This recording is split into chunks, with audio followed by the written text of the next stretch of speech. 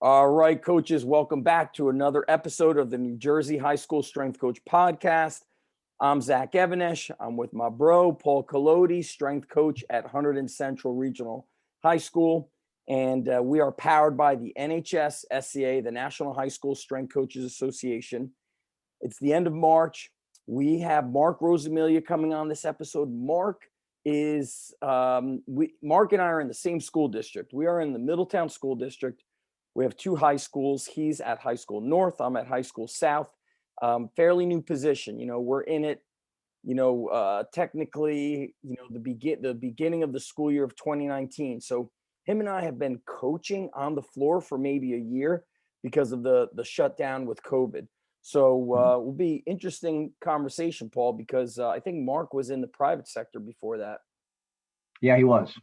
Private sector. And I think it's just going to be a cool conversation. I want to welcome one of our new members, Paul Carazola, younger strength coach. He knew Rich Carroll when Rich was at New Egypt High School. And I think Paul was doing the strength and conditioning over there, as probably like a stipend position. Mm-hmm. He actually sent us a question asking about how, what will it take to get this strength and conditioning position at the high school level, like where we are, to become the norm? What kind of things should he be offering? What is important in the eyes of the administration and the Board of Ed? He mentioned a lot of kind of influential people. So, what I told him is, you want to go back. I tell this, by the way, to all strength coaches when they'll send me an email. If the answer is already out there, if I've written an article or done a podcast, I go, you got to go listen and research. Mm-hmm. Because being a great strength coach, I feel like you're always researching. You know what I mean? So for those that might be jumping in now, first-time listeners, go back and listen to all the previous episodes. There's a lot of nuggets, golden nuggets of information for you to pull from, and I don't think I'm the best at like the description of everything, but we have spoken quite a lot about this position and what people were looking for when we were interviewed. What were we able to offer? A lot of unique information. Mm-hmm. So what are you thinking today with our man, Marc? Marc's also on the advisory board, He is. Friend Marc. Marc is all in. When I first met Marc, he invited me down to North. It was a couple of months before you got. I think you were in the process of going through the interview, and I went down and saw the bubble, and we just talked about how he can organize it and make it his. And man, he was all in. I think he's got a couple of kids that are going to go to North as well. So he's really invested in being there. And talking to Rich, I know we had him on. I think he's doing a great job there, and he's really starting to, embrace the role. And, it's going to be good to hear from him tonight. You talked about what Paul said about what does a board, what can we talk about when we go to the Board of Education? And this just popped in my head today. My numbers may be a little off, but if we get a kid that comes in, girl or boy, to our school as a freshman, and they average 3 days a week, and they play a sport, so they're gone for 3 months. But they're in for say they play a spring sport, so they're in for 3 months in the fall, 3 months in the winter, and you get them for about 8 weeks in the summertime. I figured that out to about 416 hours. That's about how much time you'll get them for their 4 years of their life. And in 4 years, we want to make sure we're preparing them for college, but maybe just life in general. Maybe they're going to go to trade school. I broke it down into hours and everything else, and it came down to what at the end of when all is said and done, 4 years of their lives. If they just come 3 days a week for all 4 years, that's 1.7% of their life, wake life. Oh wow! I even took away the sleep, and we talk about getting 1% better. There's your 1% better. For life, just to be in your weight room, to talk to Zach Evanesh, who can give you life lessons, can talk to you about discipline, can talk to you about setting goals, setting your schedule every day to make sure that you're getting your stuff done. I mean, that to me, that's that's enough for the Board of Education to say, we need somebody in here to do that.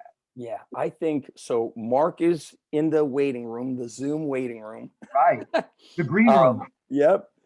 What's interesting, the things that you speak about, Paul, is really character development. I think if you are only speaking about helping to win more games and put more points on the sports scoreboard, you're not going to have a lot of people pulling from you, because on the board of ed members, maybe one person on the board was a serious athlete. Maybe they're looking for how you can improve the entire school culture, the student culture. It would be probably beneficial of you to offer something or have plans to offer something for the teachers, because healthier teachers are happier teachers, are better performing teachers. And so there's a lot of layers. And I always say strength and conditioning is the vehicle for improving at life. It's just kind of like, it's this umbrella term. It's like a surface thing. People might see what we do on the surface as, oh, getting stronger, bigger, faster, so on and so forth. What about helping them with confidence? What about helping them with discipline, the work ethic? Yeah. And look, you mentioned 3 days a week. It's pretty likely many of those kids will only come twice a week. Yep. So Mark just checked out. So let me just text him and tell him to try that again. Hey, Mark, try that again, buddy. We're going to let you in.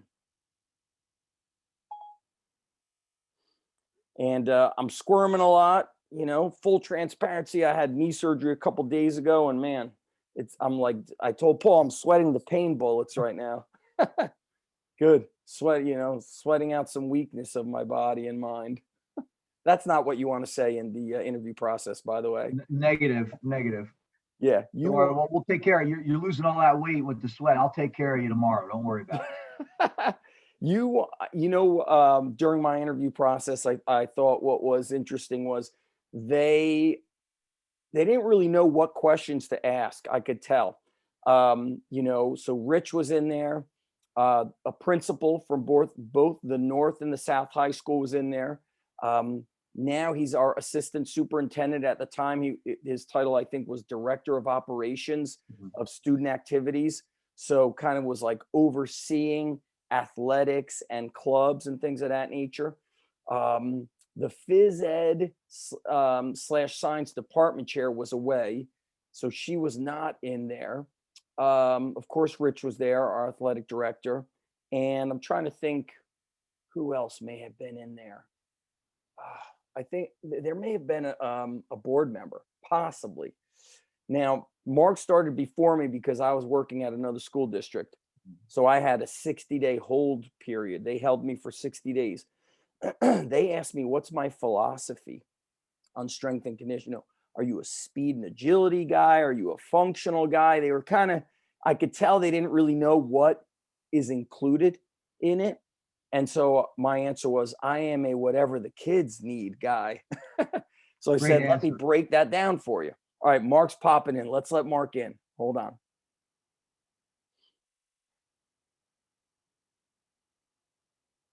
Mark. Yes. Hey, how you guys doing? What's up, bro? Great background. Great backdrop. It's actually my daughter's curtain up in a loft bedroom. Love. I thought you were in New York City. Yeah, not too bad. And look at that shirt. Can you posture up so we could see?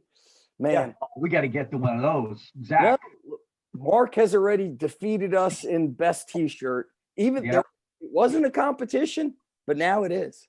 Oh, thank you very much. I will empty the bank account to improve our logo.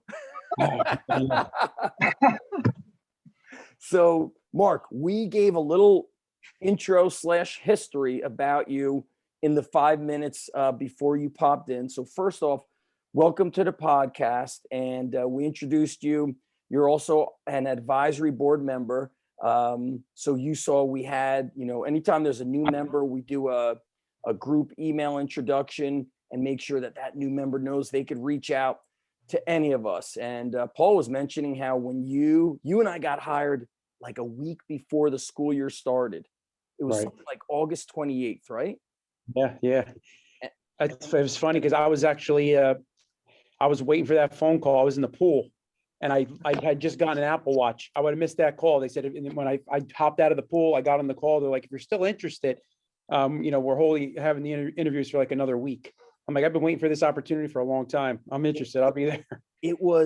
I remember, so a buddy of mine that I live in town with, who's the football coach at my high school, had told me they were putting the position in place.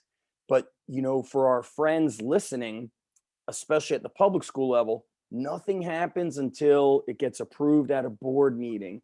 Right. Then that's like step one. So there's never something where like they say, Mark, we're creating this position. See you tomorrow. It's like, okay, we do the interview. Then it's got to get approved at a board meeting, and then you've got, probably 20 other things being juggled in the air. So I think I got the phone call. I was on a family vacation in late July. We always go up to Lake George. So it was like late July, early August. They gave me the position was posted. I applied. The interview process didn't happen till like August 20 something. Okay. Right. And I think for me, it was quick. I mean, I didn't even find out about the job until August, like it was like a 2-week turnaround. Yep. And so everything happened within like 2-week time period. It was really fast, and it was amazing. And where were you? Were you full-time in the private sector leading up to that? Yeah, I was at Critical Mass. So I started Critical Mass with my two partners, Adam Eckert and John Calnis. And we were doing that for a number of years. And I had been trying to get into the public sector for a while. I wanted to be a high school teacher, strength coach. And it was perfect opportunity. It just worked out, and I'm really fortunate. I'm very fortunate. Paul, we've said it before that a little bit of luck needs to be involved here. Heck yeah. We got lucky. You got a good man, Rich, that was out there hunting, and he found the right guys, as far as I'm concerned. For New Jersey, two go-getters, and getting to meet Mark almost a year ago, actually a little over a year ago at your place. It was fantastic to hear how enthusiastic you were and how ready you were for that position. And seeing that weight room, I was like, whoa, this is a pretty great space. You both have the same spot, right? Yeah. 4,000 square feet is very big. Yeah. Really nice size. Yeah. In its own bubble with a basketball court. I'm like, this is awesome. Yeah. So now is like gymnastics we'll use that. Freshman basketball will use it. But when we don't have listen, it's okay for your daughter to pop in. I forgot to tell you that I've done so many podcasts. Hi.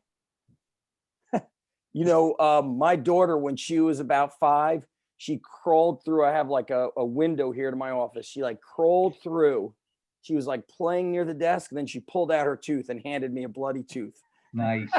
Then the next great one was when my son was going through this phase of Nerf guns. And like he had those big Nerf gun bullets. They're like the size of like a marker.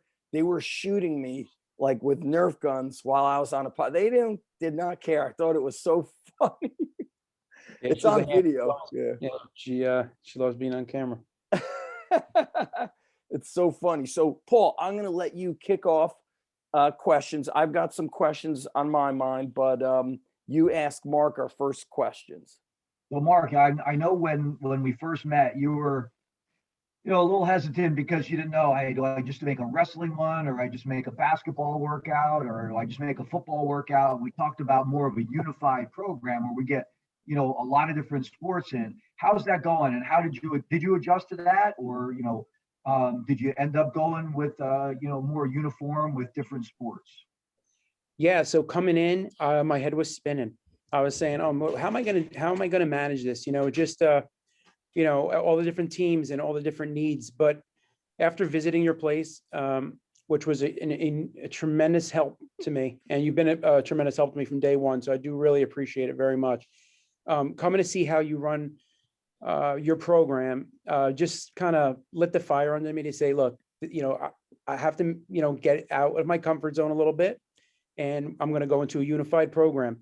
And really, it was really just about me selling it to the athletes, letting them know, look, there's not a tremendous amount of difference, with some exceptions from one sport to the next, right? We all need to develop a unilateral strength, right? We need a base layer strength. We all need explosiveness. We need power.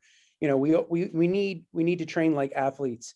And, I was able to adjust to where I can add, a little bit of, some specialties for certain sports that I think that they may need, but ultimately they love it. And they absolutely love it. And I'm really glad that I made that switch. And, and it simplifies it for me. And I overcomplicate. I overthink way too many things. I started training when, since I'm 11 years old. I'm 35 years, and like Zach says all the time, it's that life experience, right?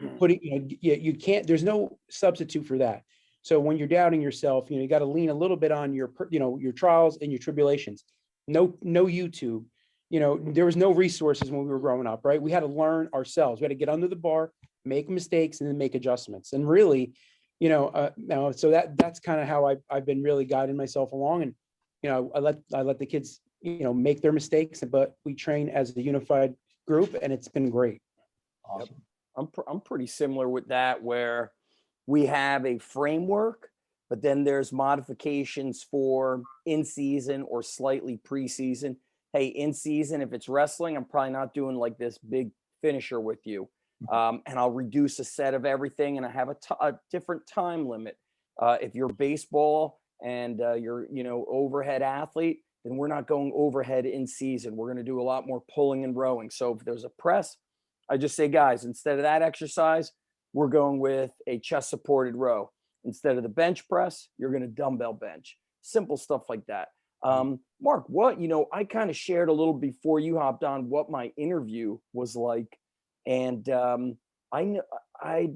was one guy next to me waiting to go into the interview. My interview started late, so it was cut short.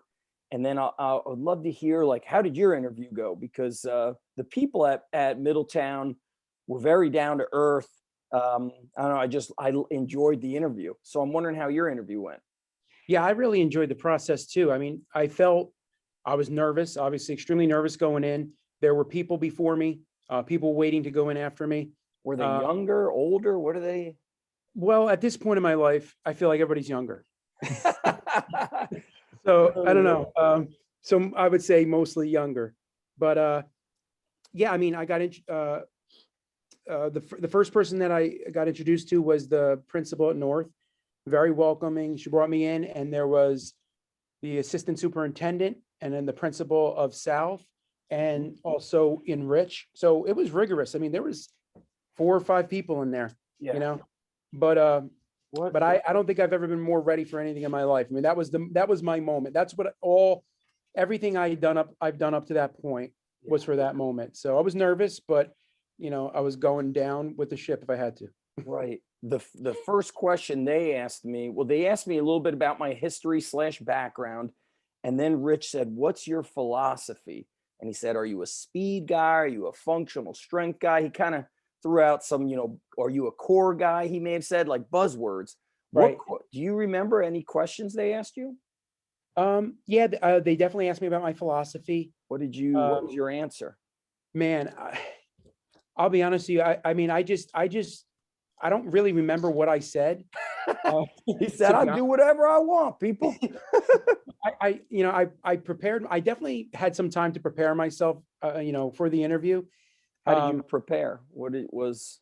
I did research on the school, so I made sure that I knew the culture. So that was really important to me. I was familiar, kind of, with the girls and the boys sports that they had there. And I think really I emphasized that, the weight room was a place that's for males and females. Everybody's accepted. Everybody treats everybody with respect, and everybody should feel comfortable walking through that door, because anybody that's in there, they're in there because they want to better themselves. So we need to be one family regardless. So I try to stress that point, because that really is how I believe, and how I've always approached the gym when someone walks through the door. You know what I mean? It's about comfort and acceptance. I now do remember they asked me what I would do with a student who is not an athlete who wants to train after school or jump in a group. And from my background in teaching, were you at all teaching phys ed before you worked with your partnership at the private facility? No, and that's that's something that was really interesting because I went, I was second career teacher, so I was alternate route, and I Okay. started the process 10 years ago. Mhm. And so I went on a lot of interviews, but I never had the teaching experience. And ultimately, What kind that's of what interviews? Like phys ed teaching interviews? phys ed, yep, phys ed teachers never had the opportunity for strength coach. So obviously this was my wheelhouse because I spent, the last almost 15 years personal training.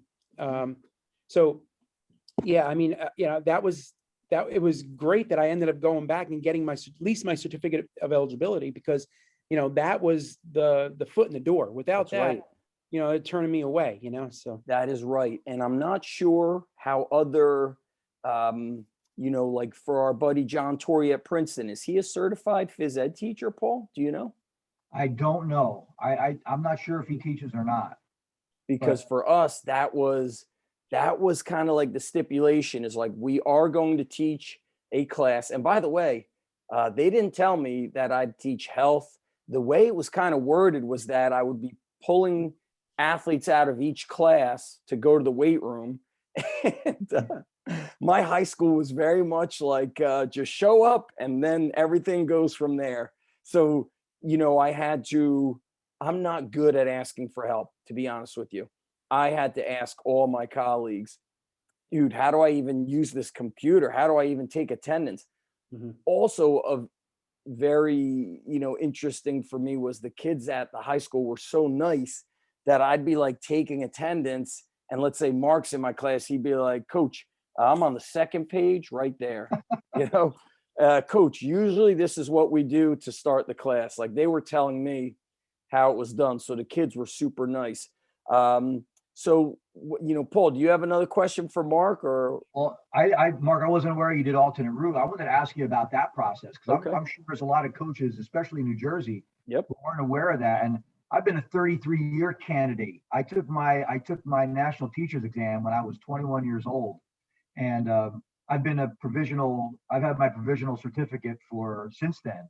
And even at 53, I've thought about doing that. How was that? What was that process like? Working a full-time job or working as a personal trainer, and then going and teaching classes and everything else. Explain. And again, for some guys out there who may not know that that's available. Well, so for me, it started at least, like I had said, 10 years ago, probably or more. But at that time, the requirement was a bachelor's degree and, some experience or you took some classes in health or physical education. And I had that. But then you had to just go and take the praxis. And if you had any gaps in your schedule, in the credits that you took, you can go at the county college and take, I took like Tai Chi and tennis, a few other, classes just to get the requirements. But because I didn't get hired for 10 years, everything changed. So fortunately, I was grandfathered into the certificate of eligibility.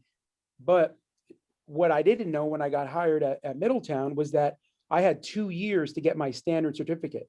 It's kind of required by the state of New Jersey. They've changed everything. So there's what they call the Edtpa process, which any undergraduate educational candidate has to go through, or any potential teacher coming even through an alternate route program. What is So what I decided to TPA? do What does was, that mean, Mark? TPA? I literally finished it about an hour ago, and I've been working on it since March 1st. And it's a pretty rigorous portfolio process. I mean, it's only 18 states throughout the United States, but from what my understanding, that actually even require the TPA, but New Jersey is one of them.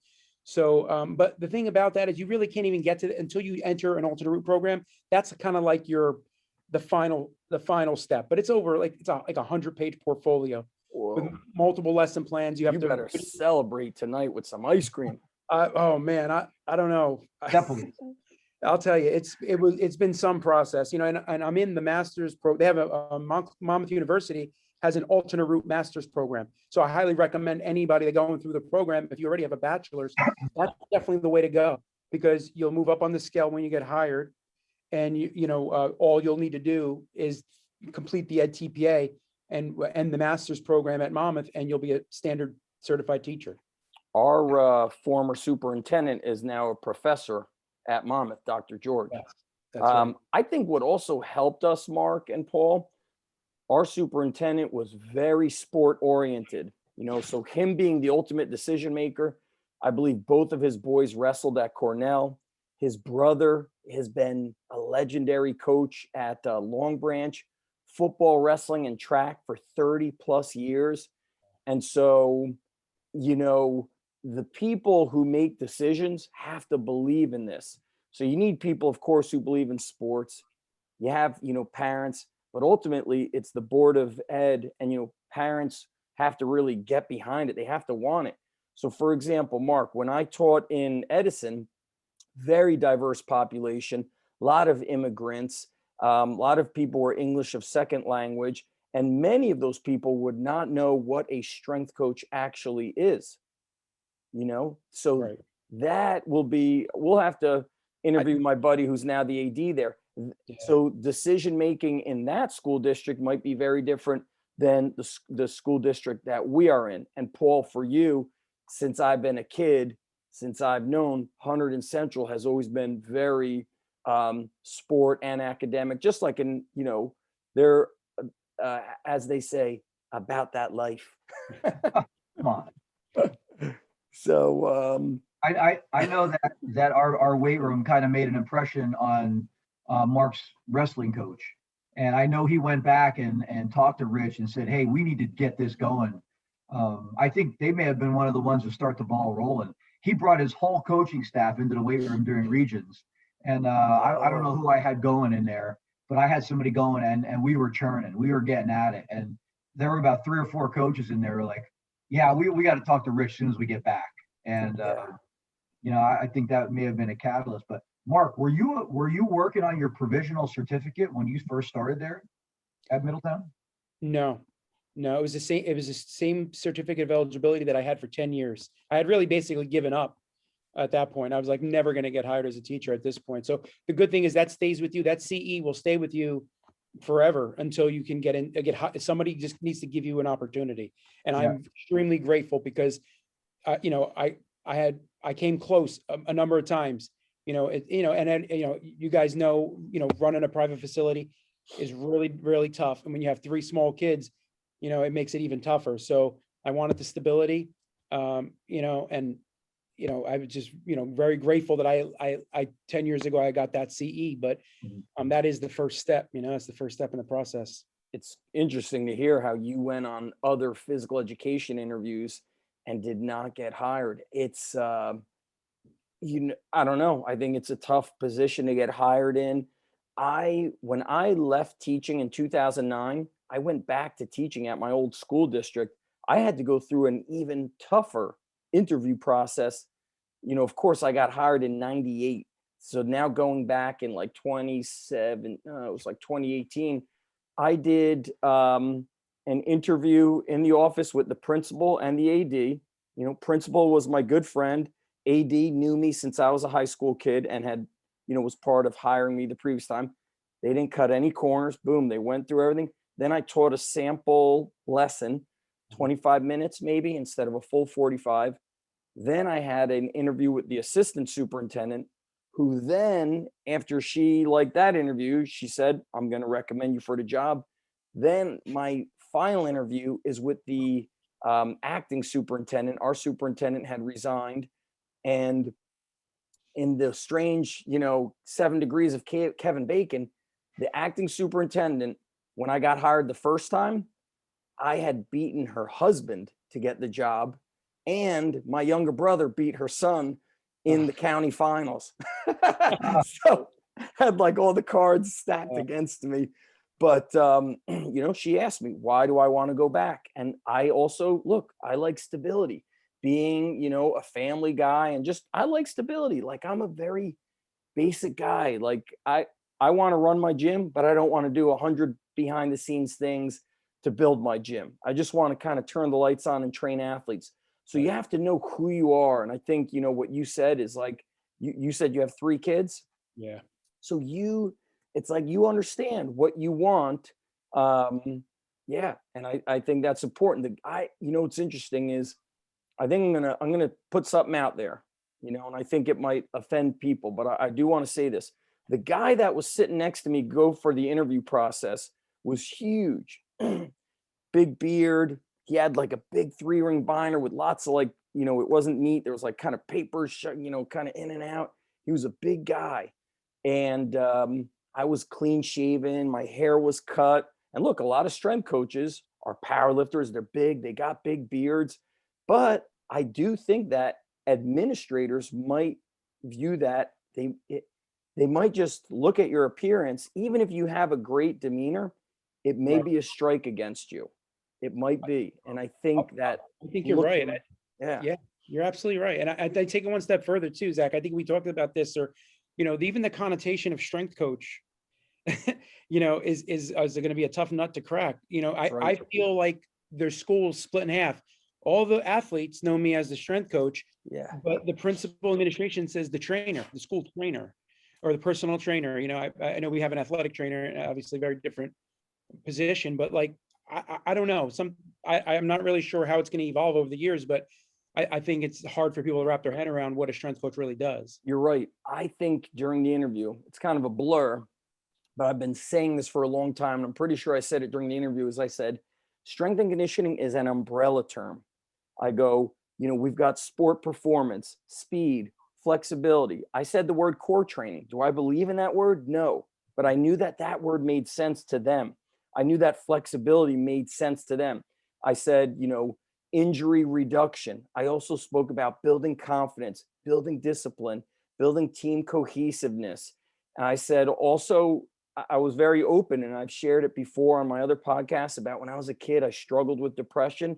I said I would go to the gym, and it was it just changed my life. So I said, if a kid is having a bad day, to go in and get a little pump, maybe take him through a little bodybuilding circuit, that's going to change his, and I would say his or her life. I was never like his, and I didn't hammer football. I didn't, you want to, I heard this a long time ago. I'm talking like 18 years ago.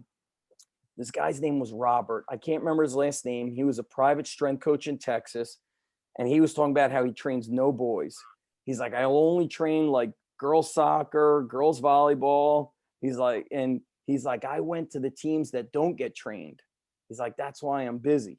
Now, that was 18 years ago, but it just made sense to me that, we all know that if there is no strength coach in the high school, then football will be in the weight room. And you'll hear other parents or kids, coaches say, we can't get in, football's in there. So now this became a school-wide, movement. So Paul, I'm going to let you ask the last question so Mark can celebrate with his daughter and enjoy the night. And I hope he crushes some like Reese's peanut butter type ice cream. What would you eat? What is the celebration meal, by the way?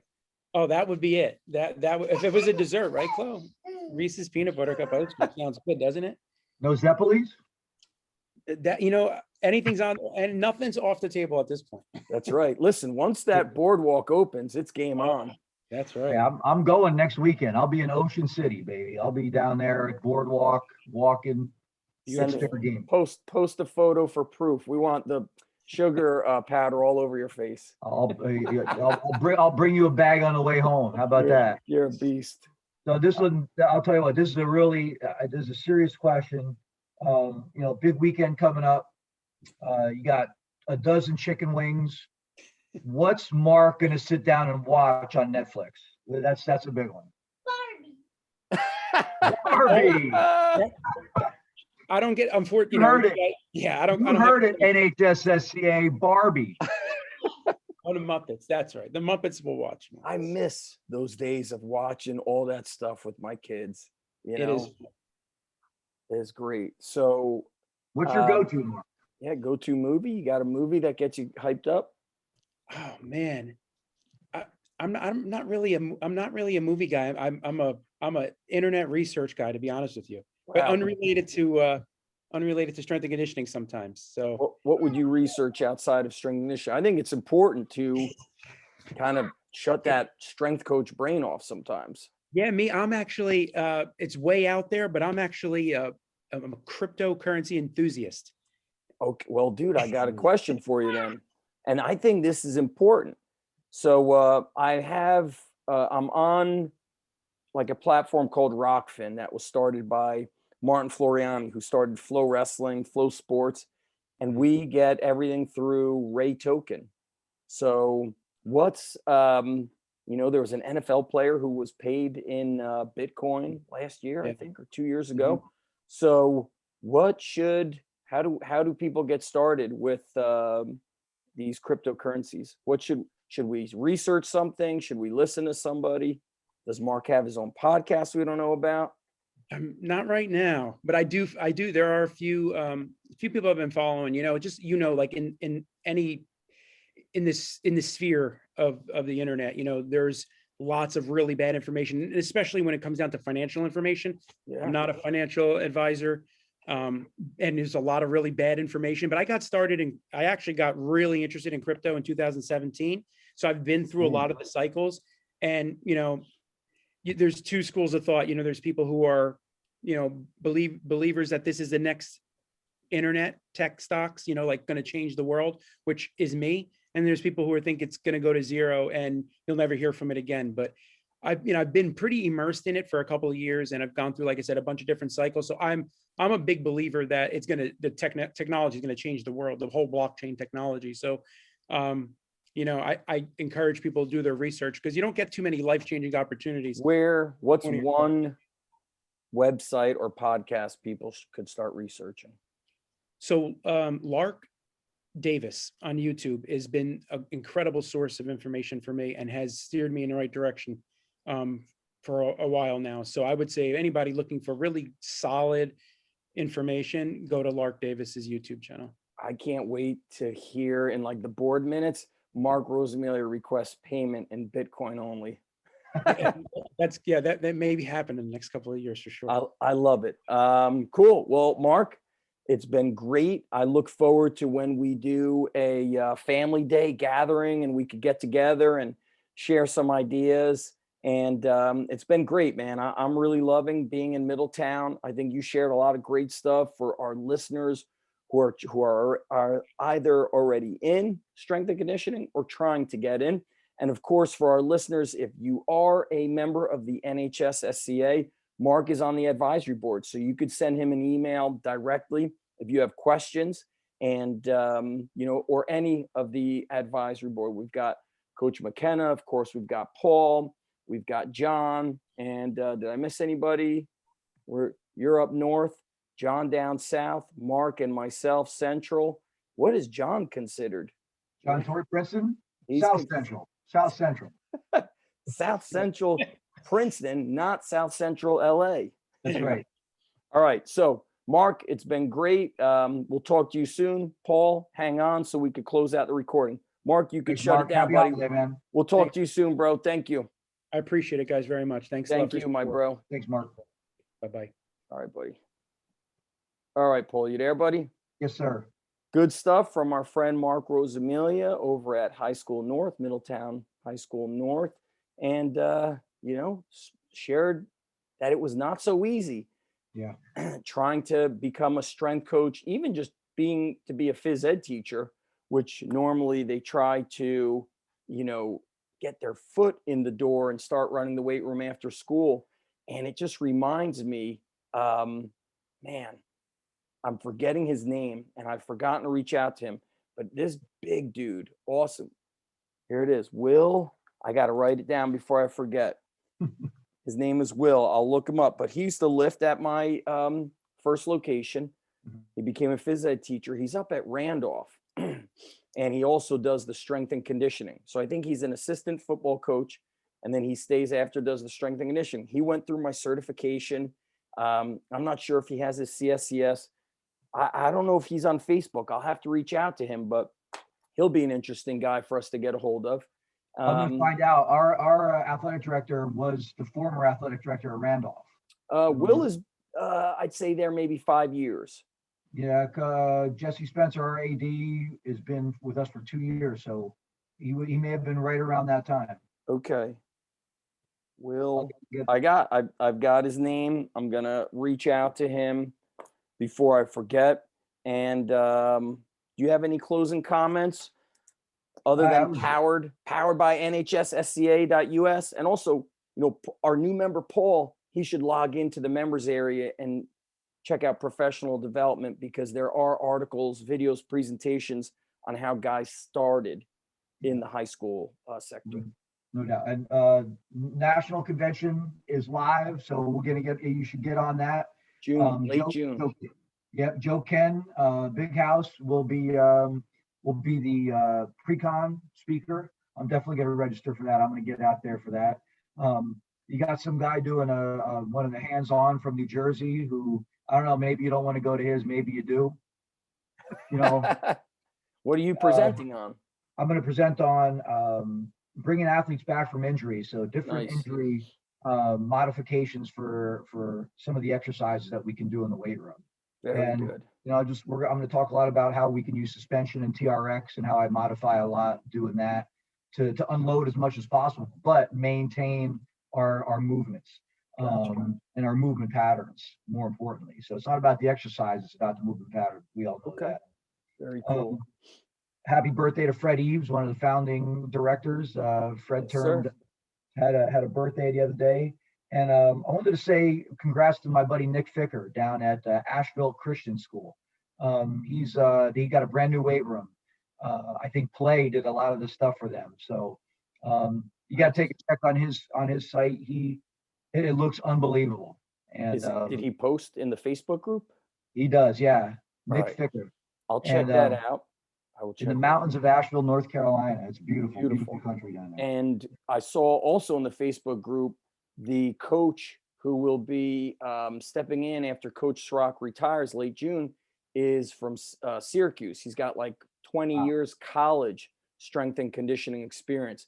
He's stepping into a very big program, and but it just goes to show you that having experience is important. Mark had a lot of experience, and I just think he's a likable guy. Yeah. And for somebody, if you're not being interviewed by sport performance staff, then you have to come across as somebody who can be relatable to many people, especially like high school kids. You got 14-year-olds that look like they're 18 and vice versa. You got kids who can't do push-ups. You got kids whose dad says he's going to be in the NFL and he needs speed and agility and, all this and that. So you're going to have to be able to handle all that stuff. Little bit tricky, but well worth it. So we're going to shut it down. I've been sweating, pain bullets, and that's good. Feel better, my friend. And hey, big shout out to Coach McKenna. He's a little under the weather, so we're going to give him a shout out. Prayers to him. And Coach McKenna's undefeated. He's undefeated. He's like Chicago Bulls when Michael Jordan was winning. He's undefeated. So you got to feel better too. So take care of yourself, and I look forward to next week. You're the best. Talk to everybody soon. Take care. Oh, got to stop.